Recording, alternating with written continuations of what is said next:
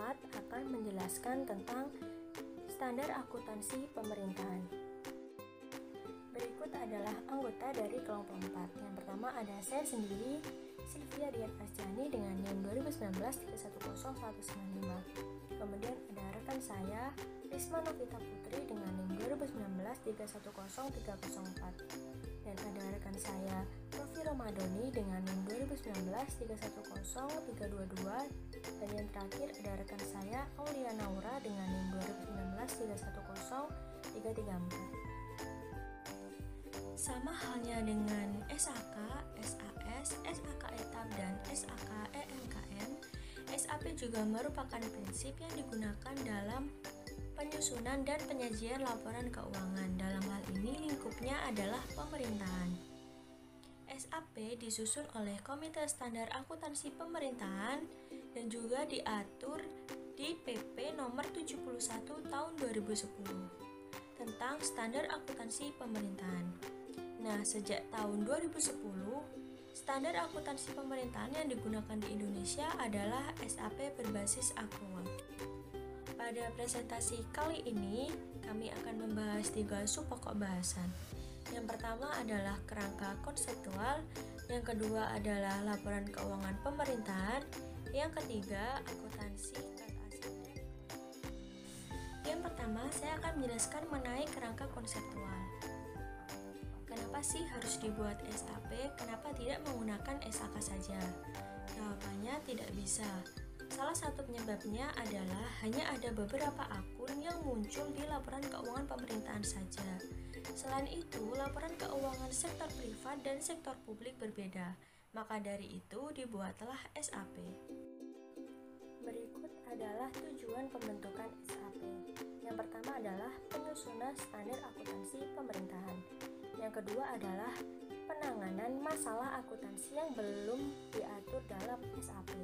Yang ketiga, pemberian opini oleh auditor tentang kesesuaian penyusunan laporan keuangan dengan SAP. Yang terakhir, penafsiran informasi yang disajikan pada laporan keuangan pemerintahan oleh pengguna. Kalau di sektor privat, perusahaan disebut dengan entitas, maka di sektor publik ada juga yang namanya entitas. Jadi entitas di sektor publik itu adalah satu kesatuan pemerintah yang terdiri dari entitas akuntansi dan entitas pelaporan. Satu entitas yang kecil dapat berupa satu SKPD. Nah, kumpulan dari SKPD itulah yang dinamakan Pemda. Seperti yang sudah saya jelaskan tadi, entitas ada 2 di sektor publik, yaitu entitas akuntansi dan entitas pelaporan. Entitas akuntansi adalah unit pemerintahan yang mengelola anggaran, kekayaan, dan kewajiban yang menyelenggarakannya akuntansi dan menyajikan laporan keuangan atas dasar akuntansi yang diselenggarakannya. Unit pemerintahan yang termasuk entitas akuntansi adalah satuan kerja seperti satuan kerja kementerian dan lembaga serta satuan kerja Pemda. Yang kedua, entitas pelaporan. Entitas pelaporan adalah unit pemerintahan yang terdiri atas satu atau lebih entitas akuntansi yang menurut ketentuan peraturan perundang-undangan wajib menyajikan laporan pertanggungjawaban berupa laporan keuangan bertujuan umum. Baik, yang selanjutnya akan dilanjutkan oleh rekan saya. Terima kasih. Assalamualaikum warahmatullahi wabarakatuh. Terima kasih atas kesempatannya. Perkenalkan, nama saya Risma Novita Putri dengan NIM 2019-310304. Baik, saya akan melanjutkan presentasi dari rekan saya Sylvia. Di sini saya akan menjelaskan tentang prinsip akuntansi dan pelaporan keuangan. Yang pertama, basis akuntansi.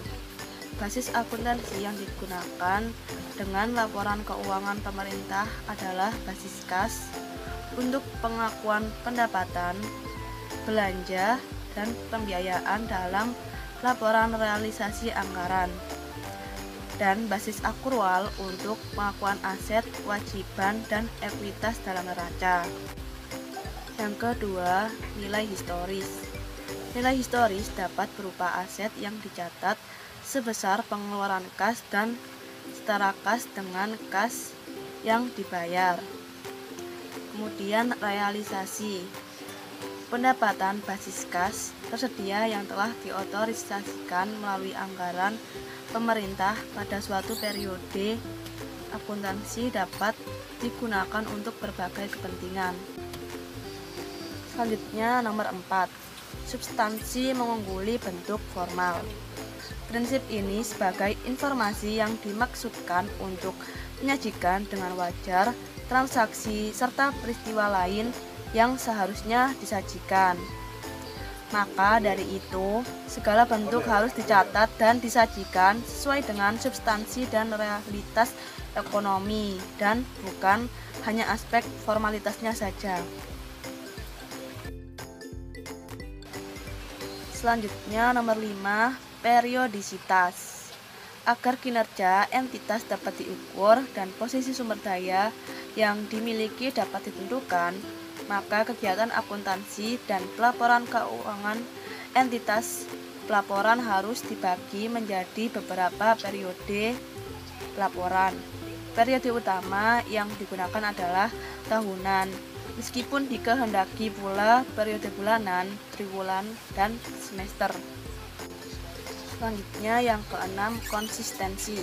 Konsistensi bisa berupa perlakuan akuntansi yang sama diterapkan pada kejadian yang serupa dari periode ke periode oleh suatu entitas pelaporan. Keadaan tersebut bukan berarti tidak boleh terjadi perubahan dari suatu metode akuntansi ke metode akuntansi yang lain. Namun metode akuntansi yang dipakai dapat diganti dengan syarat. Selanjutnya yang ketujuh, pengungkapan lengkap. Laporan keuangan harus menyajikan secara lengkap segala informasi yang dibutuhkan oleh pengguna. Selain itu, pengungkapan informasi harus dapat ditempatkan pada lembar muka laporan keuangan atau catatan atas laporan keuangan. Yang kedelapan, penyajian wajar.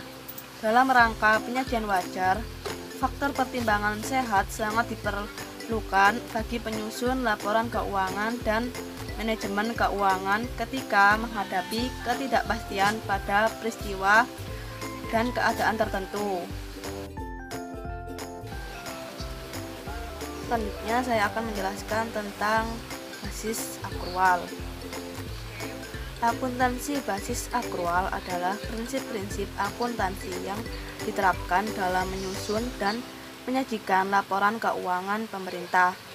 Standar akuntansi pemerintahan ini mengakui pendapatan, laporan operasional, beban, aset, utang, dan ekuitas dalam pelaporan finansial berbasis akrual, serta mengakui pendapatan, belanja, dan pembiayaan dalam pelaporan pelaksanaan anggaran berdasarkan basis yang ditetapkan dalam anggaran pendapatan dan belanja negara atau APBN. Kemudian untuk basis kas.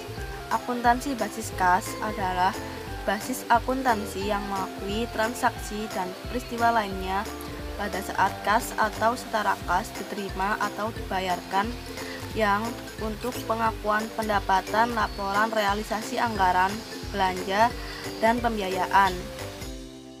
Kemudian pembahasan yang kedua adalah tentang laporan keuangan.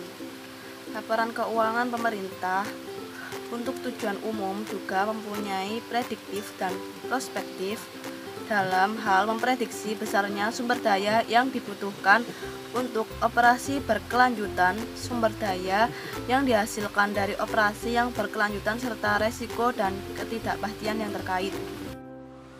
Jenis laporan keuangan berdasarkan kategori penganggaran.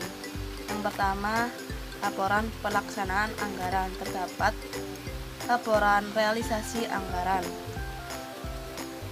Laporan realisasi anggaran menyajikan informasi realisasi pendapatan, laporan realisasi anggaran, belanja, surplus atau defisit, laporan realisasi anggaran, pembiayaan, dan sisa lebih atau kurang anggaran yang masing-masing diperbandingkan dengan anggarannya dalam satu periode. Poin kedua adalah laporan perubahan saldo anggaran lebih. Laporan perubahan saldo anggaran lebih menyajikan informasi kenaikan atau penurunan saldo anggaran lebih tahun pelaporan dibandingkan dengan tahun sebelumnya. 2. Laporan finansial. Poin pertama adalah laporan operasional. Laporan operasional menyajikan ikhtisar sumber daya ekonomi yang menopang ekuitas dan penggunaan yang dikelola oleh pemerintah pusat atau daerah untuk tata kelola pemerintahan dalam satu periode pelaporan. Kemudian poin yang kedua adalah neraca. Neraca adalah laporan yang menggambarkan posisi keuangan entitas pelaporan mengenai aset, kewajiban, dan ekuitas pada tanggal tertentu. Poin 3 yaitu laporan arus kas. Laporan arus kas menyajikan informasi mengenai sumber penggunaan perubahan kas dan setara kas selama satu periode akuntansi dan saldo kas dan setara kas pada tanggal pelaporan. Arus masuk dan keluar kas klasifikasi berdasarkan aktivitas operasi, investasi, turunan, dan transitoris.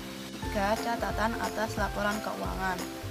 Agar informasi dalam laporan keuangan pemerintah dapat dipahami dan digunakan oleh pengguna dalam melakukan evaluasi dan menilai pertanggungjawaban keuangan negara, diperlukan catatan atas laporan keuangan. Catatan atas laporan keuangan memberikan informasi kualitatif dan mengungkapkan kebijakan serta menjelaskan kinerja pemerintah dalam tahapan pengelolaan keuangan negara.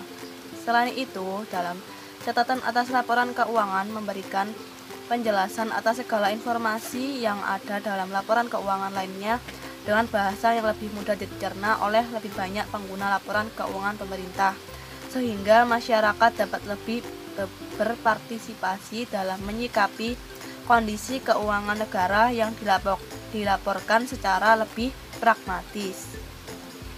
Sekian presentasi dari saya, terima kasih. Wassalamualaikum warahmatullahi wabarakatuh. Terima kasih atas kesempatannya. Saya Rofi Romadoni dengan NIM 2019310322. Di sini saya akan menjelaskan tentang jenis laporan keuangan berdasarkan kategori sumber pencatatan. Yang pertama yaitu ada laporan keuangan primer yang terdiri dari laporan realisasi anggaran, laporan operasional, dan neraca. Yang kedua ada laporan keuangan sekunder yang terdiri dari laporan perubahan saldo anggaran lebih, laporan perubahan ekuitas, dan laporan arus kas. Yang ketiga ada laporan keuangan tersier yang terdiri dari catatan atas laporan keuangan. Berikutnya saya akan menjelaskan tentang laporan realisasi anggaran, yaitu menyajikan tentang ikhtisar sumber alokasi dan penggunaan sumber daya kas yang dikelola oleh pemerintah dalam satu periode. Laporan ini disusun oleh entitas, akuntansi, dan pelaporan. Akun-akun utama yang ada di laporan ini ada 6, yaitu pendapatan LRA dari penerimaan rekening kas umum pemerintah. Yang kedua ada belanja, semua pengeluaran dari rekening kas umum pemerintah. Yang ketiga ada transfer, penerimaan atau pengeluaran uang dari atau kepada entitas pelaporan lain. Yang keempat ada surplus atau defisit LRA, selisih lebih atau kurang antara pendapatan LRA dan belanja. Yang selanjutnya ada pembiayaan, setiap penerimaan yang perlu dibayar kembali dan atau pengeluaran yang akan diterima kembali. Yang selanjutnya ada silpa atau SIPA, selisih lebih atau kurang antara realisasi pendapatan LRA dan belanja serta penerimaan dan pengeluaran pembiayaan. Ini ada contoh dari laporan realisasi anggaran. Laporan ini menunjukkan tentang perubahan dan saldo anggaran lebih dalam satu periode. Formatnya bisa kalian lihat di layar. Konsepnya sama kurang lebih dengan perubahan ekuitas, tapi ini konteksnya adalah anggaran. SAL disusun oleh entitas pelaporan. Berikutnya, saya akan menjelaskan tentang laporan operasional. Laporan operasional adalah laporan yang menunjukkan kinerja pemerintah dalam satu periode. Laporan ini disusun oleh entitas akuntansi dan entitas pelaporan. Akun-akun yang ada di laporan ini terdiri dari pendapatan LO, hak pemerintah yang diakui sebagai penambahan nilai kekayaan bersih, ada beban, kewajiban pemerintah yang diakui sebagai pengurang nilai kekayaan bersih, ada surplus atau defisit non-operasional berasal dari kegiatan non-operasional, contohnya adalah penjualan AT. Selanjutnya ada pos luar biasa, pendapatan atau beban luar biasa, tidak diharapkan terjadi atau jarang terjadi atau di luar kendali. Dan selanjutnya ada surplus atau defisit laporan operasional. Assalamualaikum warahmatullahi wabarakatuh. Terima kasih atas kesempatannya. Perkenalkan, nama saya Aulia Naura dengan 3 NIM terakhir 334. Selanjutnya di sini ada laporan perubahan ekuitas. Laporan ini menjanjikan kenaikan atau penurunan ekuitas tahun pelaporan dibandingkan tahun sebelumnya. Dan formatnya bisa dilihat di layar ya rekan-rekan. Untuk selanjutnya ada neraca atau yang biasa kita sebut dengan laporan posisi keuangan. Seperti biasa, laporan posisi keuangan terdiri atas aset, kewajiban, dan ekuitas. Untuk letak aset ada di sebelah kanan dan kewajiban serta ekuitas terletak di sebelah kiri. Nah, berikut adalah format dari neraca atau laporan posisi keuangan. Selanjutnya ada laporan arus kas. Laporan ini menyajikan informasi kas sehubungan dengan aktivitas operasi, investasi, pendanaan, dan transitoris. Mungkin teman-teman semua sudah familiar dengan aktivitas operasi, investasi, dan pendanaan, tetapi tidak dengan aktivitas transitoris. Aktivitas transitoris adalah aktivitas penerimaan dan pengeluaran kas yang tidak termasuk dalam aktivitas operasi, investasi, dan pendanaan. Contoh dari aktivitas transitoris adalah seperti perhitungan pihak ketiga atau PFK. Laporan arus kas yang termasuk PFK adalah penerimaan PPN, PPh, dan potongan taspen. Untuk selanjutnya ada catatan atas laporan keuangan. Pada intinya, isinya sama dengan laporan keuangan yang sudah kita pelajari, hanya saja tinggal menyesuaikan dengan akun-akun yang ada di pemerintah. Kemudian, ada akuntansi aset dan kewajiban. Untuk pembahasan kali ini, saya hanya menjelaskan bagaimana cara menyajikannya saja. Untuk lebih lengkapnya, rekan-rekan semua bisa mempelajari atau membaca di buku SAP dan PP 71 tahun 2010. Sekarang ada aset dan kewajiban. Jadi di SAP itu ada 5 akun utama yang dibahas secara khusus, yaitu persediaan, investasi, aset tetap, konstruksi dalam pengerjaan, dan kewajiban. Yang pertama, akuntansi persediaan diatur di BSAP 5. Nah, yang digolongkan dalam persediaan adalah perlengkapan yang digunakan dalam rangka operasional pemerintah, bahan yang digunakan pada proses produksi, barang dalam proses produksi, dan barang yang siap dijual kepada masyarakat. Persediaan disajikan sebesar biaya perolehan, harga pokok produksi, dan nilai wajar. Penilaian persediaan menggunakan metode FIFO, rata-rata tertimbang, dan nilai perolehan terakhir. Yang kedua, ada akuntansi investasi diatur di BSAP 6. Investasi bisa berupa investasi jangka panjang atau investasi jangka pendek. Investasi jangka pendek contohnya seperti saham, obligasi korporasi, deposito. Sedangkan investasi jangka panjang dibagi lagi menjadi 2, yaitu investasi permanen dan non-permanen. Lalu ada aset tetap yang diatur pada BSAP 7. Untuk yang tergolong aset tetap adalah tanah, bangunan, peralatan, dan mesin. Kemudian, konstruksi dalam pengerjaan yang diatur pada BSAP 8. Konstruksi dalam pengerjaan ini masih masuk ke dalam lingkup aset tetap. Dan untuk kewajiban ini diatur di BSAP 9 dan dicatat sebesar nilai nominal. Oke, sekian presentasi dari kelompok 4. Saya perwakilan dari kelompok penyaji ingin meminta maaf bila ada salah kata dan perbuatan. Terima kasih atas perhatiannya. Wassalamualaikum warahmatullahi wabarakatuh.